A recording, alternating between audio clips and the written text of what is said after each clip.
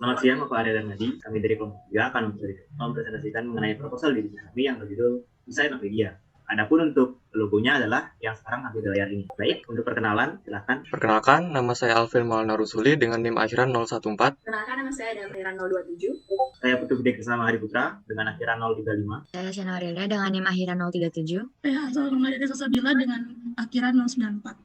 Overview Executive Summary. Nah, untuk Designopedia itu sendiri bergerak pada bidang usaha arsitektur dengan jenis produk yang dihasilkan berupa desain arsitektur. Nah, untuk nilai penjualan per tahunnya itu sebesar 7 miliar 728 juta dan dengan nilai kekayaan juga 7 miliar 730 juta sekian. Ya, lalu untuk kedepannya kami berencana membuka sebuah startup yang digital untuk para penyedia jasa di bidang desain arsitektur dengan internet yang tentunya sebagai sarana utama. Nah, untuk bisnis plan kami ini sendiri memiliki proyeksi nilai penjualan selama 10 tahun ke depannya itu sekiranya sebesar 20 miliar 46 juta. Kemudian untuk kebutuhan dana sekitar 600 juta sekian yang akan digunakan untuk pembuatan website official dan sebagainya. Nah, untuk prospek dari bisnis plan kami ini sendiri, itu yang pertama tentunya dapat membantu masyarakat banyak. Kemudian yang kedua merupakan hasil dari perkembangan teknologi dan oleh karena itu tentunya ini bersifat lanjutan. Oke, jadi di sini untuk sejarah perusahaannya itu semua ini bisa dibilang pembangunan yang berkelanjutan untuk menuntut terus tersedianya desain bangunan dan juga arsitektur baik dari rumah, organisasi ataupun perusahaan. Oleh sebab itu di sini Designopedia itu hadir untuk menyajikan berbagai desain rumah yang dapat dilihat secara online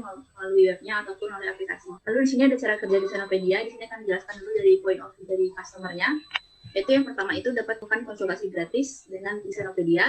Lalu yang kedua itu kebutuhan proyek dan posting di data proyek. Yang ketiga, tidak arsitektur yang tertarik dengan proyek dari customer itu akan melakukan bid, di mana bid itu adalah portofolionya. Lalu yang keempat di sini ada customer itu bisa melakukan konsultasi dengan para arsitektur. Lalu yang kelima, dapat melakukan negosiasi dengan mendapatkan penawaran terbaik, lalu bisa di deal, lalu lakukan pembayaran, dan yang ketujuh itu customer itu bisa melakukan memantau progres proyek di dalam aplikasi Designopedia. Lalu yang ke-8 proyek pun sudah bisa diselesaikan oleh arsitek. Sekarang kita akan menjelaskan mengenai point of view dari arsiteknya. Yang pertama itu para arsitek itu bisa membuat portofolio di Designopedia. Lalu yang kedua itu para arsitek itu bisa memberikan bid pada proyek yang disukai. Lalu yang ketiga customer juga para arsitek itu dapat melakukan konsultasi langsung, lalu arsitek itu memberikan penawaran terbaik yang deal, lalu melakukan pembayaran di dalam Designopedia. Apabila pembayaran dilakukan di luar Designopedia, maka apabila terjadi suatu kesalahan Designopedia tidak akan bertanggung jawab akan hal itu. Lalu yang ketujuh, arsitek itu bisa melakukan proyeknya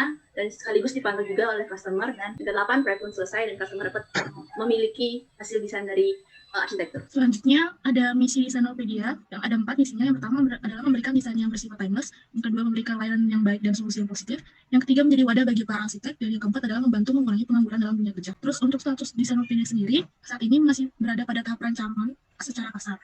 Untuk status hukumnya belum ada karena ini masih tahap rancangan. Namun untuk selanjutnya ya dari segi hukum yang harus diurus, yang pertama adalah hak cipta terhadap desainnya, terus yang kedua adalah surat perizinan usaha perdagangan. Key partner Designopedia adalah operasionalnya adalah arsitek yang menyediakan activity berupa pembuatan desain arsitektur bangunan. Terus yang kedua ada analisis pasar. Gambaran pasar Designopedia ini menargetkan pria atau wanita yang cukup umur yang sedang mencari desain rumah, dan juga masyarakat yang tidak punya banyak waktu untuk mencari arsitek dalam mendesain rumahnya. Terus untuk strategi marketingnya, kita melalui jejaring sosial dan promosi, serta kerjasama sponsorship dan media partner. Kompetitor terbesar kami saat ini adalah Aku Ahli yang memiliki lingkup luas dalam dunia desain. Kita ini masih terbilang pemula, startupnya, karena baru dicetus idenya pada pertengahan awal tahun 2001. Terus yang ketiga, kelebihan dibandingkan kompetitor, kita memiliki faktor kekuatan yaitu ready to build. Di mana terus ada Designopedia ini juga tersedia filter by price, terus ada filter by building untuk dan filter by size. Oke, baik. Selanjutnya di sini ada strategi bisnis. Jadi untuk strategi bisnis terdapat kira-kira 7 poin. Yang pertama itu ada produk, lalu untuk yang kedua itu ada price atau harga, lalu untuk lokasi usaha kami. Jadi pada saat ini kami tidak memerlukan sebuah lokasi kantor. Oke, jadi yang keempat itu ada promotion atau promosi. Lalu yang kelima itu ada people atau sumber daya manusianya. Itu ada proses atau aktivitas bisnis. Lalu yang terakhir yang ketujuh physical evidence atau bukti fisik. Lalu untuk selanjutnya itu adalah analisis keuangan, yaitu pertama investasi awal dengan total biaya 1.850. Lalu untuk biaya operasional itu dengan total biaya per bulannya adalah 13.500. Lalu untuk dihitung per tahunnya adalah 164 juta. Lalu selanjutnya itu ada untuk gaji personalnya per bulannya, total gajinya per bulan adalah 38 juta. Untuk gaji per tahunnya jika dihitung adalah 456 juta rupiah. Lalu selanjutnya ada total biaya operasional per tahunnya yaitu total biaya yang didapat adalah 620 juta rupiah. Oke, untuk selanjutnya akan dilanjutkan oleh teman saya. Baik, saya akan lanjutkan. Jadi bisa lihat itu ada keuntungan. Dan pertama itu ada keuntungan kotor per bulannya. Total keuntungan kotor per bulannya itu 52 juta, di mana total keuntungan kotor per tahunnya itu 624 juta. Lalu di sini bisa diambil keuntungan dari penjualan desain rumah. Perkiraannya itu ada per tahun. Total penjualannya itu 644 juta, yang di mana perkiraan per tahunnya penjualan desain itu ada 7 miliar 728. Kemudian di sini kita hitung untuk keuntungan bersihnya.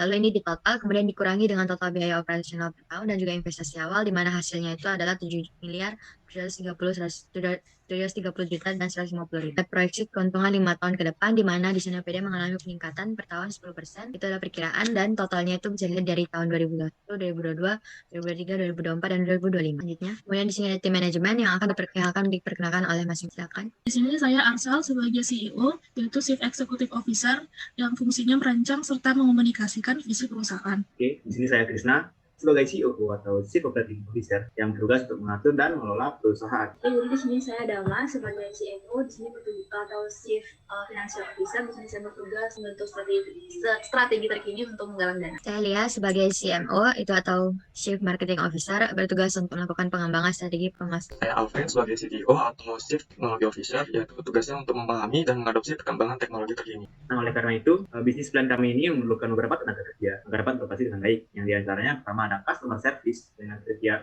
usia antara 20-45 tahun yang berjumlah 2 orang, dan arsitek dengan pendidikan terakhir minimal S1 jurusan arsitektur dengan jumlah sebanyak-banyaknya untuk membuat desain arsitektur. Baik, sekiranya sekian presentasi bisnis atau bisnis plan mengenai desain strategi dari kami. Semoga proposal ini dapat bermanfaat dan akhir kata kami tutup dengan terima kasih.